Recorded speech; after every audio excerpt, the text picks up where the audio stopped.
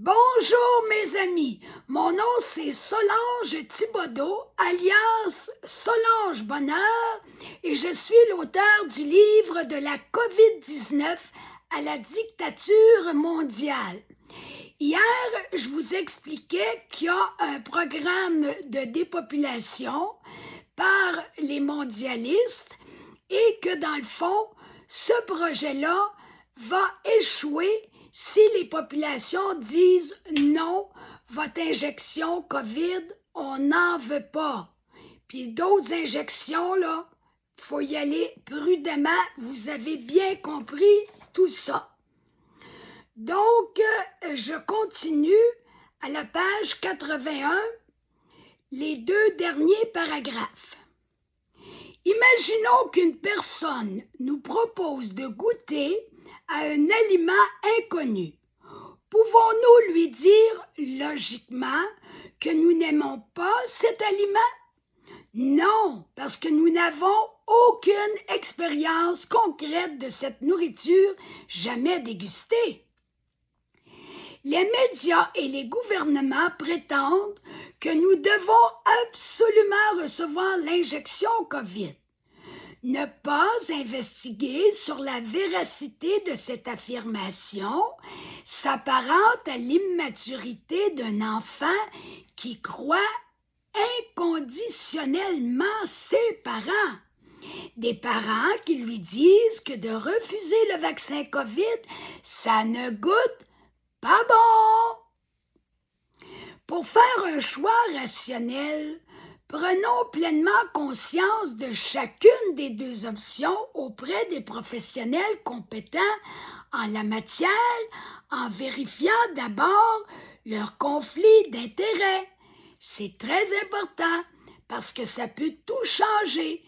Pour l'amour de l'argent, du cash, un médecin spécialiste peut donner un avis qu'il ne pense même pas lui-même pour garder son emploi, pour avoir plus d'argent. Alors là, ils vont dire ce que ceux qui les payent veulent qu'ils disent.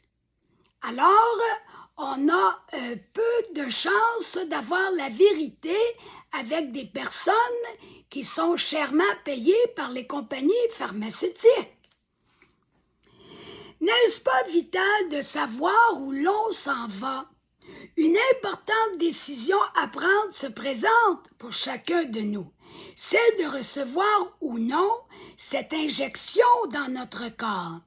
Même encore aujourd'hui, puisque les médias nous encouragent encore à recevoir l'injection COVID, surtout auprès des personnes âgées, les grands malades, les personnes handicapées. C'est dangereux de ne pas se documenter suffisamment sur ce que notre gouvernement décide pour nous et sur ce qu'il propage comme narratif concernant la COVID et son injection. Pour reprendre une bonne vieille expression religieuse, cela signifie que nous accordons à nos gouvernants le bon Dieu sans confession, c'est-à-dire que on accepte de faire ce qu'ils nous disent sans qu'ils nous donnent les bons éléments pour comprendre qu'on en a besoin. Vous voulez qu'on fasse ça? OK, on va faire ça. Ils ne nous apportent pas de preuves, de réflexion intelligente. Pourquoi on devrait la prendre, cette injection-là? Alors, c'est comme donner le bon Dieu sans confession. Puis ceux qui veulent plus d'informations sur ça, allez voir vos parents, vos grands-parents, pour les plus jeunes, vos arrière-grands-parents qui connaissent très bien cette expression religieuse d'autrefois. Il me semble que l'histoire de l'humanité nous a suffisamment démontré que les gouvernements sont susceptibles à tout moment de trahir leur peuple. Voir le chapitre 8, l'histoire s'est répétée. Les horreurs des deux dernières guerres mondiales ont-elles déserté nos esprits? À moins que nous confondions Dieu et le gouvernement. Pourtant, tout un monde les sépare. S'il s'était avéré extrêmement évident qu'une véritable pandémie, selon l'ancienne définition qui incluait une très grande quantité de malades et de morts, menaçait très fortement l'humanité entière, personne n'aurait hésité une seconde à suivre strictement les consignes obligées. Nul ne se serait plaint ou ne s'y serait opposé, sauf les personnes au profil suicidaire ou les déficients intellectuels, ce qui ne représente qu'un très petit pourcentage d'individus. Aucune personne équilibrée n'accepte de mettre sa vie en danger ou ne désire s'exposer volontairement à la souffrance et à la maladie, n'est-ce pas? À travers le monde, un minimum de 30% des gens approximativement, ce qui est immense, se sont révoltés contre ce qu'impose le narratif officiel en le dénonçant puissamment.